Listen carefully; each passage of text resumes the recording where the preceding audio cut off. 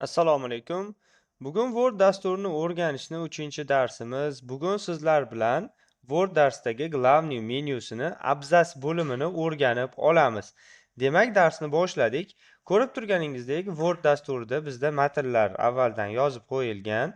Ana endi biz abzas bo'limidagi kerakli instrumentlar bilan tanishib chiqamiz.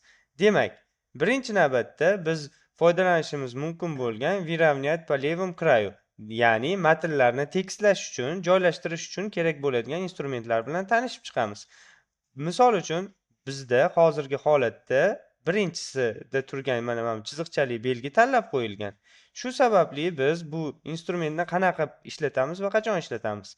Agar siz matnlarni joylashtirmayotgan bo'lsangiz, o'zingiz misol uchun mana pastda yozishim mumkin Word dasturi yoki tepada yozishimiz mumkin sarlavha sifatida. Shundan foydalana qolamiz. Ya'ni yuqorida odatda sarlavhalar qo'yiladi. Ya'ni Word dasturi 3-dars deb yozmoqchi bo'lsam. Ko'rib turganingizdek, qog'ozda chap tomondan yozilyapti. Har doim odatiy holatda matnlar chap tomondan yoziladi. Shu matnni o'rtaga joylashtirmoqchi bo'lsam, shu ikkinchi chiziqchali belgidan foydalanaman. Mana ko'rib turganingizdek, matnlar o'rtaga joylashib oldik. Ya'ni o'sha qatordagi so'zni o'rtaga joylashtirib beradi. Agar 3-belgidan foydalanadigan bo'lsak, o'ng tomonga mana o'ng tomonga joylashtirib qo'yishimiz mumkin. Demak, tushunib olishimiz kerakki, bu matnlarni surish uchun ko'p o'quvchilarimiz matnni o'rtaga qo'yish uchun yana probel tugmasidan foydalanishadi. Mana bu holatda har bittasini bittalab bosib chiqishadi. Bu noto'g'ri usul. Chunki bizada tayyor instrumentimiz bor. Mana o'rtaga qo'yishimiz mumkin yozilgan matnni, yoki o'ng tomonga olib borib qo'yishimiz mumkin, yoki chap tomonga. Demak, buni o'rganib oldik. Ana endi oxirgida turgani bu bizga nimaga kerak? Misol uchun bu bizada mana shunaqa katta matnlar yozilgan holatda mana belgilab oldim. Matnimni chap tomoniga ahamiyat beradigan bo'lsangiz, tekst holatda turibdi. Lekin belgilangan matnning o'ng tomoniga ahamiyat beradigan bo'lsak, bizada tekst holatda emas, mana zina shaklida, har xil ko'rinishda matnlar yozilgan.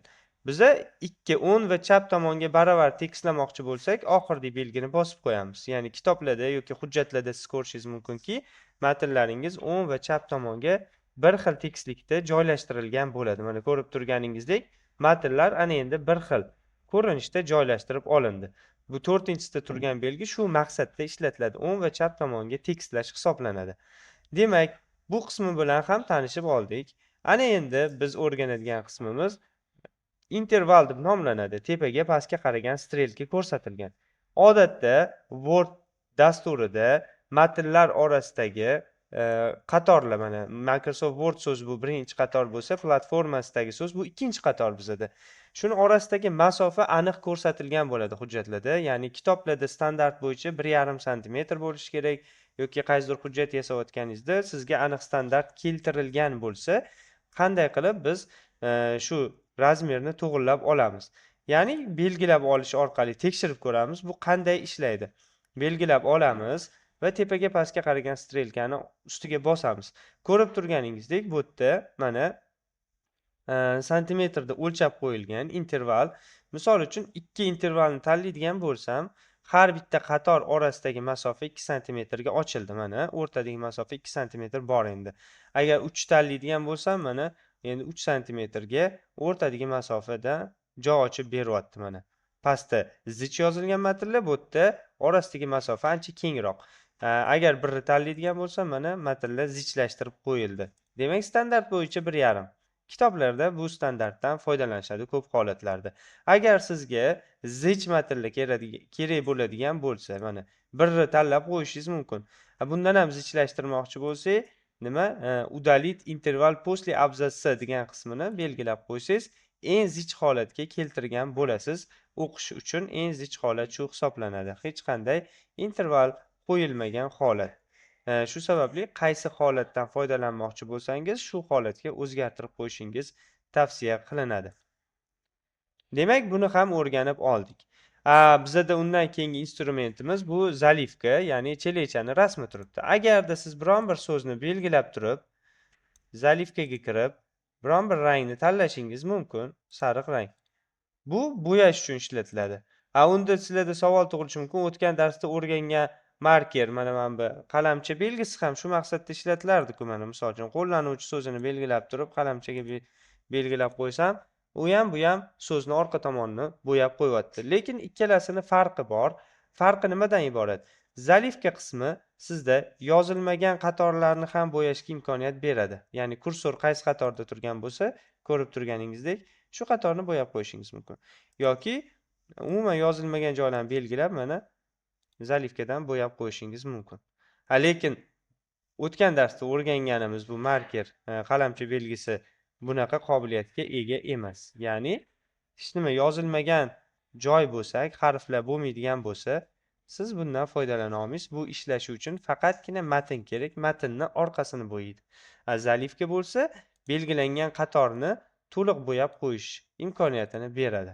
Mana ko'rib turganingizdek, matn yozilmagan qatorlar ham bo'yalib qoldi.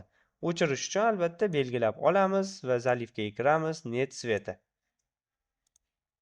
Mana net svetadan foydalanamiz. Qalamni o'chirish uchun o'zidan bilasizlar, net sveta qilib yozib o'chirib qo'yishimiz mumkin. Zalifkadan net svetani belgilab qo'yamiz. Demak, bu qatorlarni bo'yashga yordam berishini bilib oldik. Undan keyingi qismi bo'lsa, bizda granitsa instrumentimiz bor. Ya'ni belgilab olishimiz mumkin. Matnlarni belgilab oldim. Undan so'ng granitsani ishlatib ko'ramiz. Agar nijniy granitsani belgilaydigan bo'lsam, belgilangan matnni pastiga chiziq chizish mumkin. Verxniyni belgilaydigan bo'lsam, mana yuqorisiga bitta chiziq chizib beryapti. Bizda nima? Leviy chap tomon yoki o'ng tomonga granitsa chizishim mumkin. Yoki nijniy pastiga chizib qo'yishim mumkin. To'rtta tomoniga chizildi. Agar все granitsa qiladigan bo'lsam ham hamma tomoniga chiziladi.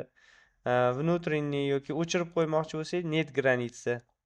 Внутренний deydigan bo'lsak, внешний tashqi tomon, ichki tomonlariga chizishga yordam berar ekan. Все granitsa orqali barcha tomonlariga chizib qo'yishimiz mumkin. Matnlarimizni belgilab turib, tomonlariga biz chiziq chizmoqchi bo'lsak, mana внешний granitsa tashqi tomon, все granitsa ichki tomonlariga chizib berishi mumkin. Mana shu holatda granitsadan foydalanishimiz mumkin bo'ladi. Endi galdiga ishlatadigan instrumentimiz marker deb nomlanadi. Ya'ni marker tepada 3 ta nuqta turibdi. Agar siz biron bir abzasni alohida belgi bilan ajratib qo'ymoqchi bo'lsangiz, belgilab olasiz va marker bo'limiga kirib, o'zingizga yoqqan biron bir belgini tanlashingiz mumkin. Misol uchun, strelka belgisini. Ko'rib turganingizdek, belgilangan abzasdan bitta belgi qo'ydi va abzasga surib qo'ydi. Endi buni qolgan matnlarga tekstlamoqchi bo'lsak, ya'ni bitta abzas surilib ketdi, biz tekst turishini xohlasak, surish uchun chapga strelkamiz bor. Mana уменьшить отступ deb yozib qo'yilgan chapga. Belgilangan matnni chapga surish uchun yoki belgilangan matnni o'ngga surish uchun yordam beradi mana. Ko'rib turganingizdek, chapga surildi. Ana endi bu belgi tekst turdi. Undan tashqari bu marker belgisi yana qanaqa holatlarda ishlatiladi? Misol uchun men spiska tuzayotgan bo'lsam, 3 ta dasturning nomini yozishim kerak. Markerni yoqib olaman, strelkani yoqdim, Word va Enter tugmasini bossam, menga keyingi belgini qo'shib ketaveradi. Excel va uchinchisi PowerPoint. Har Enter bosganimizda bu belgi ishga tushib ketadi bir marta aktivlashtirganimizdan keyin. Agar boshqa ishlatish niyatimiz bo'lmasa, Enterni yana bir marta bossak, bu o'chadi. Demak, yana odatiy matnlardan foydalanishimiz mumkin. Demak, bu qanaqa holatda ishlashini ko'rdik. Ko'rib turganingizdek, bu qachon belgi yengisi qo'yiladi desa, har Enter tugmasi bosilganda marker bo'limidagi avtomatik ishlab ketaveradi. Shu belgilarni matnlaringizni chap tomoniga, boshiga qo'yib qo'yadi. Undan so'ng bizada raqamlash degan funksiyamiz ham bor. Ya'ni raqamlash qanaqa holatda kerak? Misol uchun, spiska tuzayotgan bo'lsak, ismlar, ro'yxat tuzayotgan bo'lsak, biza rim raqamlaridan, ABC variantdan yoki oddiy 1 2 3 4 raqamlardan ham foydalanishimiz mumkin. Misol uchun, Sardor Enter tugmasini bossak, bu ham xuddi shunaqa keyingi raqamni joylashtirib ketaveradi. Mana Javlon, mana Umid, mana Suhrob. Agar biz keyingi raqamni ko'rish niyatimiz bo'lmasa, enter tugmasini yana bitta bossak, demak, raqamlash funksiyamiz ham o'chadi. Raqamli bo'lganimizdan keyin ham belgilab olib, balki rim raqamlariga almashtirib qo'yish fikri kelib qolishi mumkin sizlarda yoki harflarga alishtirib qo'yish niyatida bo'lishingiz mumkin, almashtirib olishingiz mumkin. Va surish uchun boya aytganimizdek, ya'ni e, yuqoridagi matnga tekstlab olmoqchi bo'lsam, ana endi mana chapga degan funksiya ishlamaydi bunda, chunki bu abzasdan yozildi. Bularni surish uchun siz albatta bu strelka o'ngga va chapga qismidan matnlarni surib qo'ysangiz bo'ladi. Lekin yuqoridagi chiziqchalar yordamida siz o'ngga chapga sura olmaysiz. Demak, o'rganib ham oldik. Buni qaysi vaziyatda ishlatamiz, buni qanaqa qilib ishlatishni ham o'rganib oldik. Keyingi instrumentimiz bizada sortirovka, ya'ni saralab qo'yish. Demak, bizada holatlar bo'lishi mumkin. Odatda familiyalar yoziladi, ismlar bilan ro'yxatlar tuziladi. Misol uchun mana Fayzullayev. Enter. Keyingi familiyamiz Salimov. Keyingi familiyamiz Tursunov bo'lishi mumkin. Undan keyingisi Alimov. Undan keyingisi Qodirov bo'lishi mumkin. Undan keyingisi Botirov bo'lishi mumkin. Ko'rib turganingizdek, misol uchun familiyalar ro'yxatini shakllantirib oldim. Endi sortirovka, ya'ni A dan Y gacha funksiyasi qanaqa ishlaydi bizada? Belgilangan matnni qator-qator yozilgan bo'lsa, A dan Y gacha qismiga bosaman va ok tugmasini bosamiz. Ko'rib turganingizdek, biza familiyalarni sortirovka qilib oldik, ya'ni alfabet bo'yicha mana Alimov birinchida, Botirov ikkinchida, Fayzullayev uchinchi, Qodirov, Salimov, Tursunov. Shu ko'rinishda biz sortirovka qilib oldik. Lekin buni boshqa maqsadda ham ishlatsa bo'ladi. Ya'ni teskarisiga sortirovka qilish ham mumkin. Ya'ni A dan Y gacha ustiga yana bosamiz matnni belgilab va по убивание qismini belgilab qo'yadigan bo'lsam va ok tugmasini bosadigan bo'lsam, ana endi familiya ro'yxatlarini menga teskari tartib bo'yicha sortirovka qilib beryapti. Mana T dan endi Alimov pastda. Alifbo bo'yicha tartiblamoqchi bo'lsak, va возрастной qismini tanlab qo'yamiz va ok tugmasini bosamiz. Shu holatda bizada alifbo bo'yicha tartiblab qo'yiladi. Va bizada abzas bo'limida so'nggi ishlatadigan instrumentimiz nimadan iborat? Ko'rib turganingizdek, A bilan Y belgisini o'ng tomonda turibdi. Bu belgini agar bir marta bosib qo'yadigan bo'lsak, ya'ni aktivlashtirib qo'ysak, bizda shartli belgilarni ko'rsatib beradi. Ya'ni Wordda har xil shartli belgilar mavjud. Qanaqa belgilar bor? Ya'ni ko'rib turganingizdek, har enter bosganimizda bu ochiq holatda mana men bitta 2 marta enter tugmasini bosgan ekanman. Shuni bilish uchun shu belgini yoqib qo'yishim mumkin. Ya'ni qaysi tugmalarni men bosib ishlayapman odatda. Misol uchun ko'pchilik aytdik, matnlarni o'rtaga surish uchun probel bosishadi deb aytdik. Mana probelni bosadigan bo'lsam, demak men o'z Word dasturi har doim nuqta qo'yib ketayotganligini kuzatishimiz mumkin. Har probel tugmasi bosilganda nuqtalar qo'yilib boriladi. Bu ochiq holatda biz buni ko'z bilan ajrata olmaymiz, bu yerda qaysi klaviatura bosilganligini. Shuning uchun bu belgini bosiladi. Har enter tugmasi bosilganda bo'lsa, mana ko'rib turishingiz mumkinki, mana enter bu belgi o'zidan qoldirib ketyapti Word dasturi mana. 3 marta enter tugmasi bosildi va matn tepasida ham bir marta bosilgan. Endi abzasdan yozish uchun bizda tab degan tugma bor edi. Tabni bosadigan bo'lsak, bilinglarki, abzas degan funksiya ishlab ketadi va strelka qoldirayotgan bo'ladi. Strelkalarni ko'rsangiz, demak, shu yerda tab tugmasi bosilgan. Ko'p holatlarda katta joy tashlash uchun tab degan tugmadan foydalanishadi, probeldan emas. Lekin matnlarni agar to'g'ri suradigan bo'lsak, ko'rib turishingiz mumkinki, o'rtaga bu funksiya orqali surganim uchun hech qanaqa belgi qoldirayotganim yo'q. Shunchaki matn o'rtaga surildi. Shu sababli bu belgi ishlatiladi. Sizda qaysi qismida qanday tugma bosib ishlatyapsiz. Shuni o'zingiz kuzatib, nazorat qilib turishingiz uchun bu qismidan ham foydalanishingiz mumkin. Ana endi yana bitta o'rganadigan narsamiz, bugun shuni ham o'rganib olsak, glavniy menyusini deyarli tugatamiz. Bizada найти degan funksiyamiz bor, ya'ni qidirish. Ya'ni sizni hujjatingizda juda ham ko'p matnlar bo'lishi mumkin. Misol uchun mana shuni belgilab olaman. Belgilash uchun mana belgilab kopiruyt nusxa oldim, keyingi qog'ozga o'tib Vstavить tugmasini bosdim, mana ko'rishingiz mumkin. Vstavить qilib ko'paytirib oldim mana. Ana endi 3 ta varroqdan ko'p, 4 ta varroq bor menda hujjatimda. Shu yerdan menga misol uchun qidirayotgan bo'lishim mumkin. Microsoft degan so'zni qidirayotgan bo'lishim mumkin. O'zi bor yoki yo'q, yoki AQSh degan so'zni qidirayotgan bo'lishim mumkin hujjatimni ichidan. Hammasini o'qib o'tirishim shart emas. Qidirish degani, ya'ni native funksiyasini ustiga bosamiz. Ekraningiz chap tomonida navigatsiya degan oyna ochildi. Shu yerga men qidirayotgan so'zimni yozib qo'yaman. AQSh so'zini yozdim. Ko'rib turganingizdek 3 ta bor deb ko'rsatdi natijalar.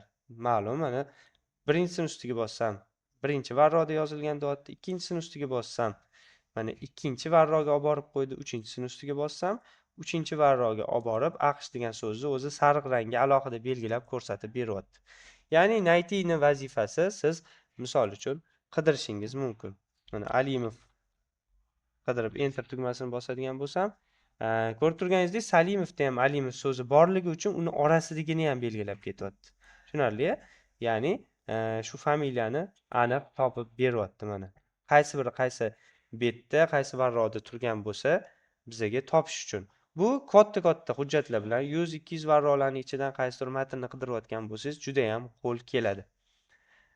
Keyingi ishlatadiganimiz bizada pastda zaminit funksiyasini ham ishlatib olamiz. Zaminit funksiyasini ustiga bosadigan bo'lsak, bizada native zaminit degan oyna ochiladi. Endi tepaga men AQSh so'zini yozaman.